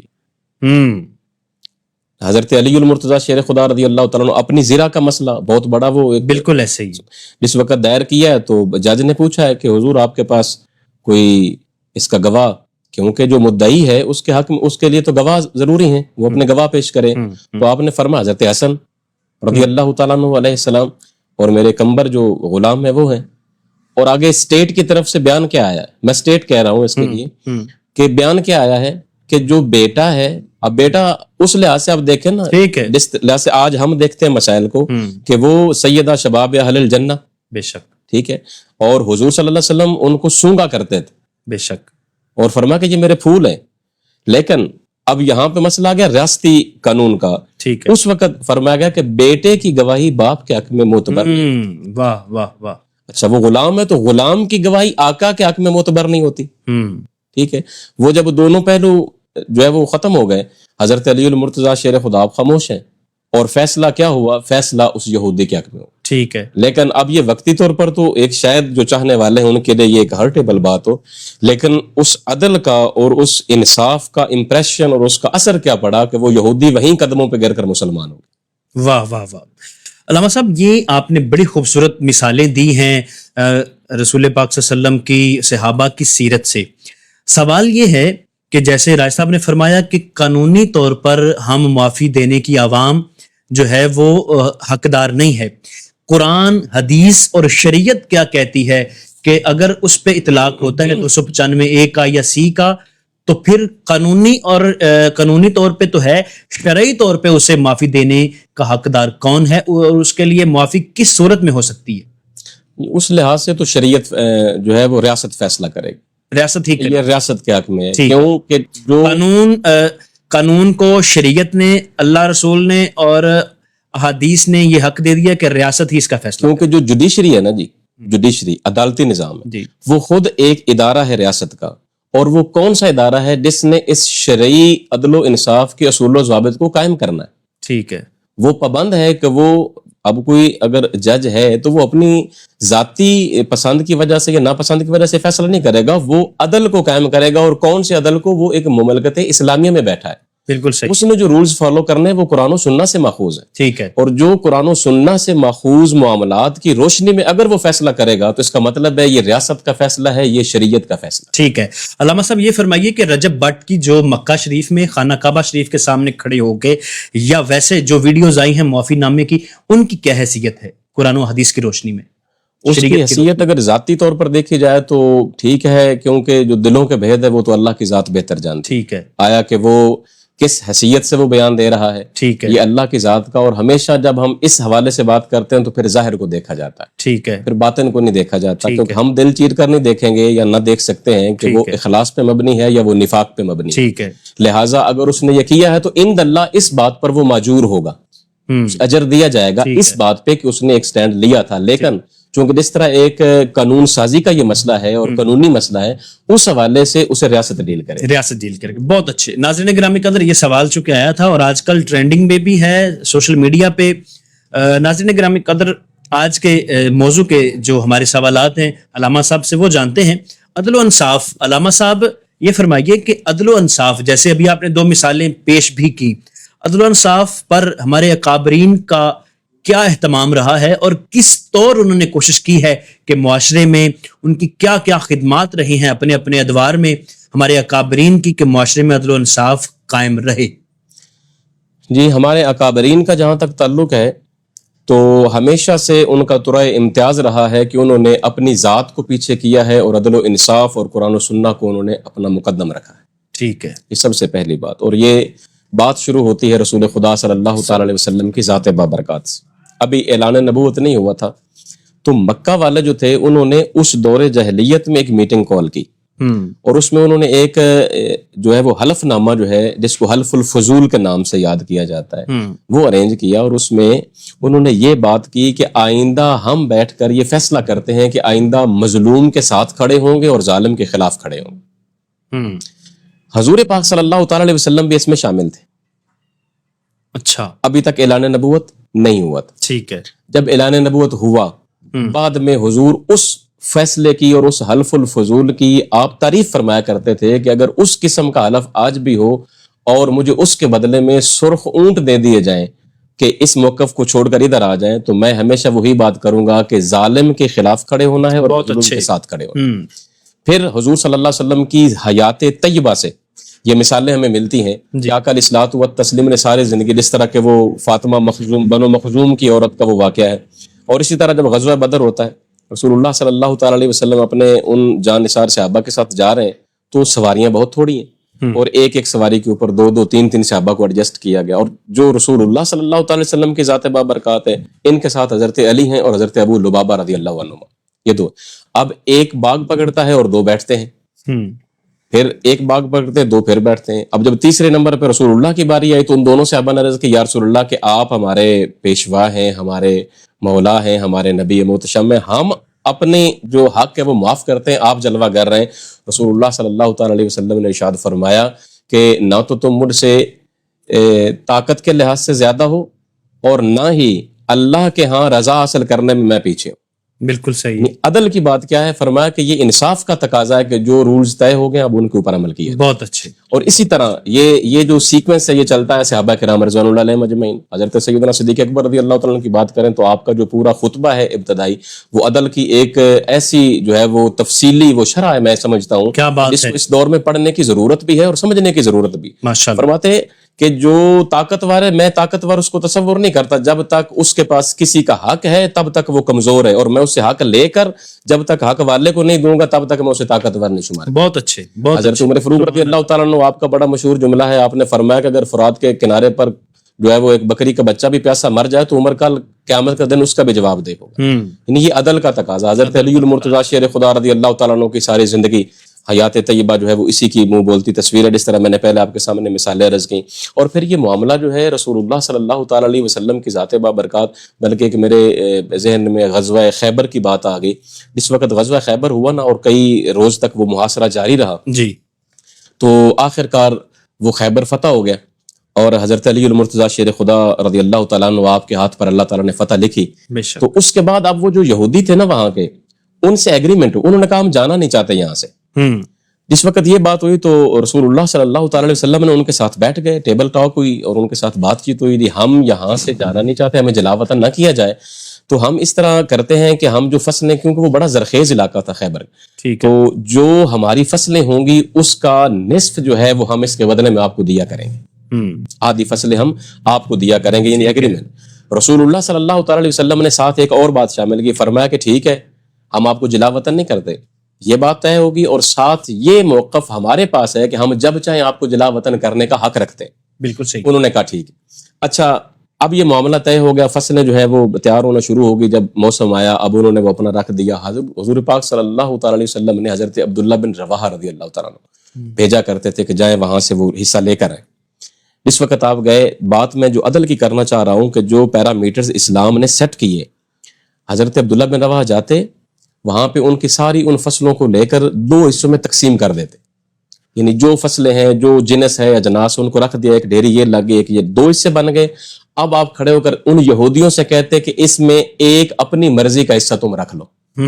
ٹھیک ہے, یعنی آپ انصاف اور دیکھیں حقوق کی پاسداری جو ہے وہ اسلام کے بعد بس ہے. واہ واہ واہ. آپ فرماتے ہیں اب یہ نہیں کیا کہ اچھی فصل خود رکھ لی, اور اگر رکھ لیتے تو کوئی روک نہیں سکتا, نہیں روک سکتا تھا, ٹھیک ہے, لیکن رکھنے کے بعد فرمایا کہ اب تم ان میں سے اپنی مرضی کی ایک ڈھیری رکھ لو, جو آپ چاہیں گے وہ ہم اپنے ساتھ لیں. واہ واہ سبحان تو اللہ. یہ عدل کے جو پیرامیٹر سیٹ کیے ہیں, اور پھر ہمارے پوری تاریخ ہے, ہماری سلطنتیں دیکھ لیں, ہمارے بادشاہ دیکھ لیں, جو دنیاوی لحاظ سے سلطان محمود غزنوی رحمۃ اللہ تعالیٰ علیہ, ان کا ایک بڑا مشہور واقعہ ہے. میں اجازت چاہوں گا آپ سے مختصراً اس کو عرض کرتا ہوں کہ ان سے ایک شخص آیا اور اس نے آ کے اپنی عزت کی دھجیاں اڑانے کے حوالے سے شکایت کی کہ آپ کا بھانجا ہے اور وہ ہماری عزت میں مداخلت کر رہا ہے. اچھا. آپ سنا اور آپ نے کہا کہ آپ نے مجھے بتایا کیوں نہیں؟ کہا کہ میں تو بڑے دنوں سے آ رہا ہوں لیکن وہ آگے سنوائی نہیں ہوتی, آج بڑی مشکل سے آپ تک جو ہے وہ ملاقات کا موقع ملا ہے. تو انہوں نے کہا کہ ٹھیک ہے, آئندہ جب ایسا ہو تو آپ نے مجھے بتانا ہے. ٹھیک ہے. اور اگر آپ نہ آگے آ سکیں, نہ پہنچ سکیں, تو فلاں جگہ پر کمرہ ہے, اس کی کھڑکی میرے کمرے میں کھلتی ہے, اور میں رات الحمدللہ قرآن بھی پڑھتا ہوں, نفل بھی پڑھتا ہوں, میں شب بیداری والا آدمی ہوں. آپ نے وہاں سے آواز دینی ہے تو آگے سے آواز کا جواب آئے گا. سلطان محمود غزنوی 2 دن کے بعد جب یہ اس نے شکایت کی, امام بہقی نے یہ روایت نقل کی ہے کہ جب 2 دن ہوئے اس کے بعد پھر وہ شخص آیا اور اس نے آ کر وہ بار کرندوں سے بات کی, لیکن وہ آگے ٹائم نہ ملا. جی ٹھیک ہے, ہمیں پتہ ہے کہ بادشاہ نے آپ کو کہا ہے, لیکن یہ رات گئے کا وقت ہے, رات بڑی جو ہے وہ گہری ہو چکی ہے, تو ان کے آرام کا ٹائم ہے, تو آپ مناسب نہیں ہے. بال انہوں نے آئیں بائیں شائیں کی. انہوں نے پھر ایسے کیا, اس بندے نے وہ جو جگہ بتائی تھی سلطان محمود غزنوی, وہاں پر جا کر اس نے آواز دی, کھڑکی میں سے آواز آئی, آپ نے وہ نماز پڑھ رہے تھے تو اس کو شاٹ کیا, شاٹ کرنے کے بعد سلام پھیرا, تلوار اٹھائی, نیچے آ گئے, تنا اس کے پاس گئے, کہے چلو. جب گئے اپنی آنکھوں سے دیکھا کہ ان کا بھانجا ان کے گھر میں ہے. آپ نے جاتے ہی وہ دیا جو ہے وہ بند کر دیا, بجھا دیا, اور سیدھی جا کے تلوار جو ہے وہ اس کے گردن کے اوپر ماری اور 2 ٹکڑے کر دیا اسے. اس کے بعد کہا کہ ذرا مصلی لے کر آئے. مصلی آ گیا, 2 نفل پڑھے. اس کے بعد کہا کہ کوئی چیز کھانے کے لیے ہے, کوئی لقمہ. وہ آیا اور انہوں نے کہا جی اور تو کچھ نہیں, رات کے وہ ٹکڑے پڑے ہوئے ہیں خشک روٹی کے اور پانی کا گلاس. وہ پانی کا گلاس لے کر آئے اور انہوں نے وہ خشک ٹکڑے جو بھگو کے 2 4 5 لقمے لیے. اس کے بعد شکر کیا اور کہا کہ آپ اجازت دیں. اس بزرگ نے, اس بابے نے, وہ جو تھا مدعی تھا, ملزم, اس نے کہا کہ حضرت اس میں سمجھ نہیں آئی مجھے بات کی. آپ نے آئے, آپ نے دیا بند کیا, مصلی منگایا, نفل پڑے, یہ روٹی, یہ کیا سین ہے, مجھے تھوڑا سا سمجھا دیں. اس وقت سلطان محمود غزنوی نے آگے سے فرمایا, کہا کہ بات یہ ہے کہ میں نے دیا اس لیے بند کیا تھا کیونکہ میں پہچان گیا تھا کہ وہ میرا بھانجا ہے, میری بہن کا بیٹا ہے. ٹھیک ہے. اور اندھیرا اس لیے کر دیا کہ اس کا چہرہ جب سامنے آئے گا میں سزا دینے لگوں گا تو شاید کہیں وہ اپنی وہ خون جوش میں آ رہا ہے یا اللہ کی حد کو نافذ کرنے میں کہیں محبت نہ غالب آ جائے. ٹھیک ہے. تو میں نے اس لیے وہ بند کر کے اور فوراً یہ کام کیا, میں نے حد کو جاری کر دیا ہے, سزا جو بنتی تھی دے دی. اور جہاں تک مصلی کا تعلق ہے, میں نے اس لیے منگایا کہ میں نے اس مالک کا شکریہ ادا کیا ہے کہ تو نے مجھے عدل کے نفاذ کی توفیق عطا کی. بہت اچھے, بہت. اور جو میں نے روٹی کے لقمے چند کھائے ہیں, جب پرسوں آپ میرے پاس آئے تھے تو تب میں نے قسم کھا لی تھی کہ جب تک تجھے عدل نہیں دوں گا تب تک کھانا بھی حرام ہے, پینا بھی حرام ہے. یہ ہمارے اکابرین ہیں, یہ اکابرین ہیں, ہمارے اسلاف نے اس کا انصاف ہے, انصاف پسندی ہے ان کی. سبحان اللہ. ناظرین گرامی قدر, خوبصورت انداز کے ساتھ عدل و انصاف پر گفتگو علامہ صاحب فرما رہے تھے. رائے صاحب تشریف فرما ہیں, ان سے آج کے نشست کا میں آخری سوال کرنے جا رہا ہوں. ایک سوال میں ہی دو پہلو ہوں گے، ایک ان کے ذاتی حیثیت کے حوالے سے چونکہ یہ جنرل سیکرٹری میں ہے، ایک ان سے سوال ذاتی قسم کا ہوگا، اور دوسرا جو بنیادی سوال ہے ان کے شعبے کا وہ کرتے ہیں۔ پہلے سوال میں رکھوں گا رائے صاحب آپ سے، آپ بطور جنرل سیکرٹری یہ جو گزار رہے ہیں دور، اس میں آپ کیا سمجھتے ہیں کہ آپ اب تک اپنی بار کی بہتری کے لیے آپ نے کیا کیا خدمات سر انجام دی ہیں، اور آگے آپ کے کیا کیا ٹارگٹس ہیں، کیا کیا اقدامات آپ کرنے کی جو ہے وہ خواہش رکھتے ہیں، اور کیا کیا آپ جذبہ رکھتے ہیں اپنی بار کی بہتری کے لیے، نوجوانوں کی جو آپ کے نئے آنے والے وکلاء ہیں ان کے لیے آپ کے کیا نیک تمنائیں ہیں، جذبات ہیں؟ قدری صاحب، جس طرح آپ نے فرمایا، ہمارے پاس ننکانہ صاحب میں اب سب سے زیادہ جو مین کام چل رہا ہے وہ ہمارے پاس چل رہا ہے نیو جوڈیشل کمپلیکس کا۔ ٹھیک ہے، آپ کے بھی علم میں ہوگا کہ ہماری عدالتیں شاہکوٹ روڈ پہ شفٹ ہونے والی کلومیٹر شفٹ ہو رہی ہیں، تو وہاں پہ جو ہم سے پہلے ٹینیور کے صدر سیکرٹری تھے انہوں نے بھی اپنا اپنا حصہ ڈالا، وہاں پہ جوڈیشری سے لینڈ وہاں پہ ایکوائر کی۔ جو ہمارا پچھلا سال تھا، میرے ساتھ پریزیڈنٹ رائے معمر قذافی تھے، جو ہم نے اس میں کیا کہ ہم نے ایک شفاف طریقے سے ننکانہ کی ہسٹری میں پہلی دفعہ بہت اچھے باقاعدہ سے ہم نے اخبار اشتہار دیا، اس کے باقاعدہ سے ہم نے ٹینڈر منگوائے، جو سب سے کم بولی تھی اس بولی کے حساب سے ہم نے جو کانٹریکٹ کر کے ٹھیکیدار کے ساتھ ہم نے جو چیمبرز ہیں وکلا کے 700 کے اراؤنڈ، اس کی ہم نے کنسٹرکشن سٹارٹ کی۔ زبردست۔ اس میں سے کوئی 50-60% کے اراؤنڈ کام جو تھا وہ ہمارے اس الیکشن تک ہو گیا۔ میری کچھ قسمتی کہ میں دوبارہ سے الیکشن کانٹیسٹ کیا اور دوبارہ سے آپ کے سامنے موجود ہوں۔ بالکل ایسا۔ اب ہم اس کو کنٹینیو کر رہے ہیں۔ اس سے آگے ہمارا جو سب سے زیادہ بڑا ٹارگٹ ہے وہ یہ ہے کہ شفاف طریقے سے، جی، کہ بغیر پسند ناپسند کے شفاف طریقے سے جو تمام ہمارے معزز وکلا صاحبان ہیں بہت اچھا، ان کو ہم یہ جلد از جلد عید کے بعد ہوپ فلی کوئی 20 دن میں یہ سارا پروسیس ہمارا مکمل ہو جائے گا، بہت اچھے کنسٹرکشن کا ان کو ہم الاٹ کر دیں، اور وہاں پہ جتنی بھی بیسک فیسلٹیز ہیں، وہاں پہ ہمیں الیکٹریفیکیشن چاہیے، ہمارا بجلی کا نظام ابھی تک نہیں ہے، وہاں پہ گلیوں کے اندر جو ہماری ٹف ٹائلز نہیں ہیں، وہاں پہ ابھی ہماری طرف سیوریج کا نظام نہیں ہے، اس کے لیے ہم دن رات جو ڈسٹرکٹ اینڈ سیشن جج صاحب ہیں ان کے ساتھ رابطے میں ہیں، ہم اپنے طور پہ ایفرٹ کر رہے ہیں، کیونکہ جب شفٹنگ ہونی ہے تو ہم چاہتے ہیں بیسک فیسلٹیز جو ساری ہیں وہ وہاں پہ دیں۔ یہ بہت بڑا کام ہے شفٹنگ، اور شفٹنگ اس میں ہم دن رات جو ہیں وہ میں اور میرے ساتھ پریزیڈنٹ رائے عابد صاحب ہیں، اس میں دن رات ہم ایفرٹ کر رہے ہیں۔ اس کے بعد جو نوجوان وکلا ہے اس کے لیے ان کو انگیج کرنے کے لیے، ان کو اس چیز میں لبھانے کے لیے ہماری طرف سے کوشش ہے کہ جس طرح سے لوکل کمیشن عدالتوں میں کسی بھی جگہ کی انسپیکشن کے لیے ہوتے ہیں، یا مختلف اسٹیٹ کونسل جن لوگوں کو کوئی وکیل نہیں ملتا ان کے لیے عدالتی نظام میں موجود ہے کہ اسٹیٹ کونسل مقرر ہوتے ہیں۔ اچھا، ہم اپنے نوجوان وکلا کے لیے وہ ایفرٹ کر رہے ہیں تاکہ ان کو ایک انصاف والے طریقے کے ذریعے وہ اس میں سیکھ بھی سکیں اور وہ ریزنیبل طریقے سے کما بھی سکیں، اور جو ان معاشرے کی بہتری میں ان کا حصہ بھی شامل ہو جائے، ان کا کردار آ جائے۔ اور اس کے بعد جو ان کے ذاتی مسائل ہیں ان میں تو دن رات ہم موجود ہیں، کہ رات کو بعض اوقات کسی کو ذاتی حیثیت میں لیٹ نائٹ بھی کسی کو مسئلہ ہو تو اس کے لیے بھی ہم ہر ٹائم موجود ہوتے ہیں۔ یہی ہماری ذمہ داری ہے جس کو کوشش کر رہے ہیں کہ اچھے طریقے سے، احسن طریقے سے انجام دیں، تاکہ سارے جو بعد ممبران ہیں جو انہوں نے اپنا اعتماد کا اظہار کیا ہے اس کو اچھے طریقے سے اچھا ثابت کرنے کی کوشش کریں۔ سر بہت اچھے، ہماری نیک تمنائیں آپ کے ساتھ ہیں کہ آپ اپنے دور کو بہت اچھے طریقے سے گزاریں اور اپنی شعبے کی فلاح و بہبود کے لیے جتنا آپ کام کر سکیں۔ اچھا رائے صاحب، آج کی نشست کا آخری سوال میں آپ سے کرنے جا رہا ہوں۔ وکیل بننے کا جو مروجہ ایک سسٹم ہے، نظام ہے، نظام تعلیم بھی اسے آپ کہہ سکتے ہیں، اور تربیتی معیار جو ہے، آپ کیا سمجھتے ہیں کہ کس نظر سے آپ اس کو دیکھیں گے کہ اس نظام کو بہتر کرنے کے لیے کوئی تجاویز آپ کے پاس ہیں، یا جو سسٹم ہے یہ بالکل ٹھیک ہے؟ قادری صاحب، اس میں وقت کے ساتھ ساتھ کافی تبدیلیاں ہوئیں۔ ایک ٹائم ایسا تھا، آج سے اگر ہم 10 سال 15 سال 20 سال پہلے چلے جائیں، ٹھیک ہے، تو موسٹلی آپ وکلا سے ملیں گے تو پتہ چلے گا کہ انہوں نے جو لا کی ڈگری ہے اس کو پارٹ ٹائم ڈگری کے طور پہ کیا، کہ بیسک ان کی ڈگری اور ہوتی تھی، ساتھ لا میں ایڈمیشن لیتے تھے، کسی جگہ پہ جاب نہیں ہوئی تو وہ سوچتے تھے کہ اچھا ہم زندگی میں کچھ نہیں کر سکے تو ہم وکیل ہی بن گئے۔ اس کی وجہ سے بہت سے مسائل تھے ہمارے وکلا کمیونٹی میں، کہ نہ پراپر اس طریقے سے ان کی اسٹڈی ہوئی، نہ اس طریقے سے انہوں نے قانون کو پڑھا، ذہن اس سازی کے بھی نہیں بعد کی ان ذہن کی، سازی اور وہ ٹریننگ اس طریقے سے نہیں ہوئی، شوق بھی شامل نہیں تھا، شوق بھی شوق نہیں بڑی تھا، چیز عام بالکل ہوتی ہے۔ بالکل ایسے۔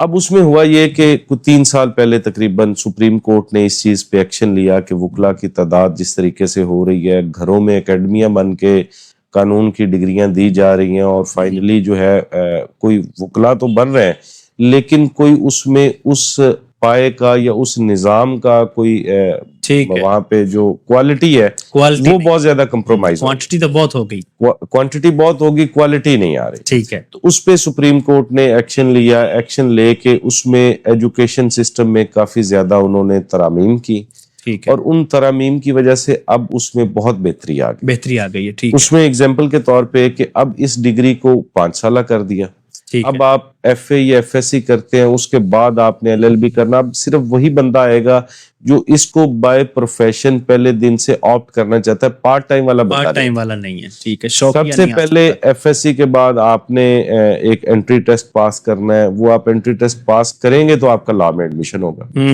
پھر 5 سال کا ہے آپ کا سسٹم۔ اس کے بعد اگر آپ نے وہ 5 سال مکمل کر لیے ہیں، جب آپ لائسنس کے لیے اپلائی کرتے ہیں آپ نے پھر ایک انٹری ٹیسٹ دینا، اچھا، کہ 2 دفعہ سے آپ کو اس طریقے سے چیک کیا جاتا ہے۔ اب پنجاب بار نے شروع کیا ہے کہ جب کسی کو لائسنس جاری ہو جاتا ہے لا کی ڈگری کے بعد، اس کے بعد باقاعدہ ایک بار ووکیشنل کورس ہے جس میں باقاعدہ پریکٹیکلی اسے ساری چیزیں سمجھائی جائیں گی ایک نئے آنے والے کو، کہ اب اس میں کافی زیادہ بہتری آئی ہے اور اس میں پریکٹیکلی چیزیں بہت زیادہ امپروو ہو رہی ہیں۔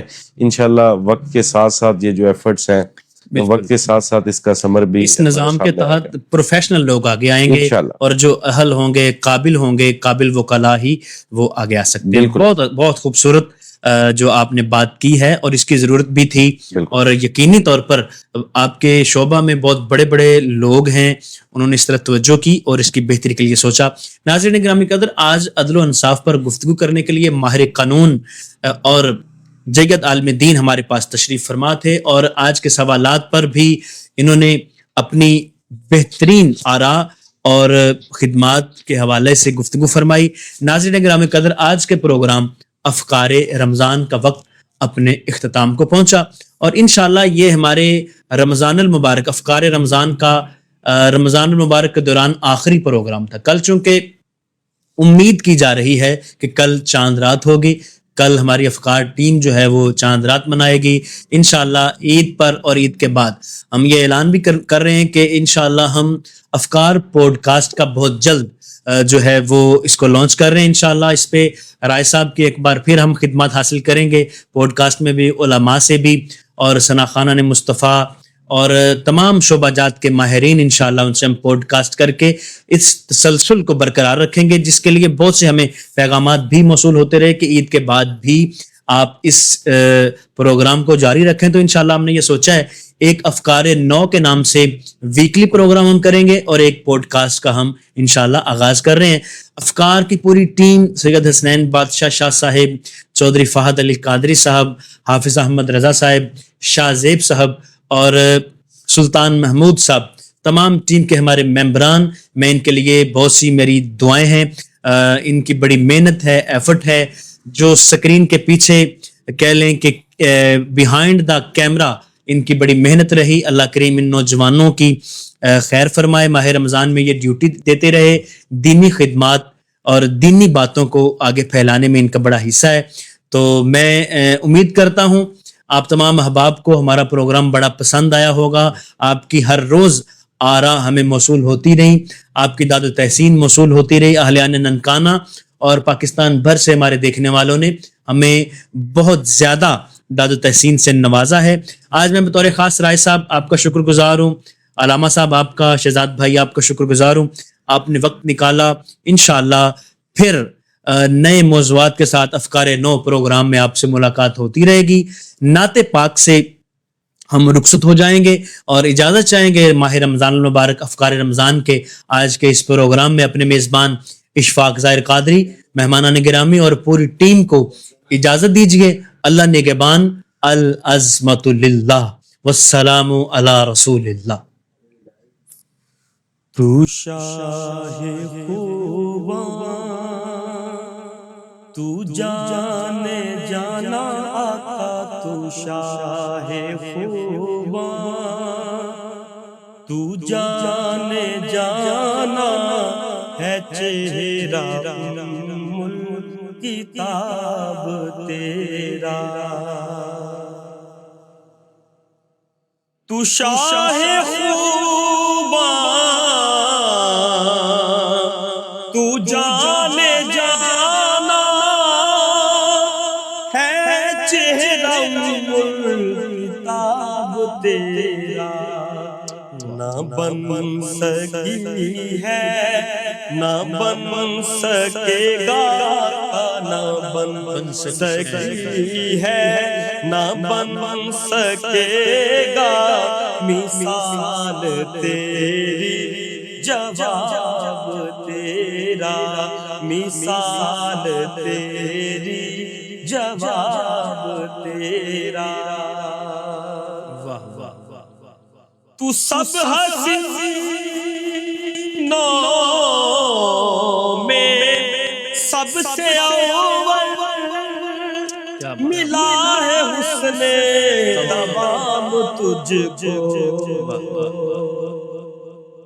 ہے عمر لاکھوں برس کی تیری آقا، ہے عمر لاکھوں برس کی تیری، مگر ہے تازہ شباب تیرا، تو شاہ خوباں، تو جانے جانا ہے چہرہ ام الکتاب تیرا۔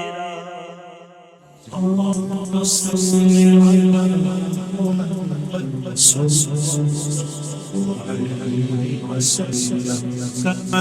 تحب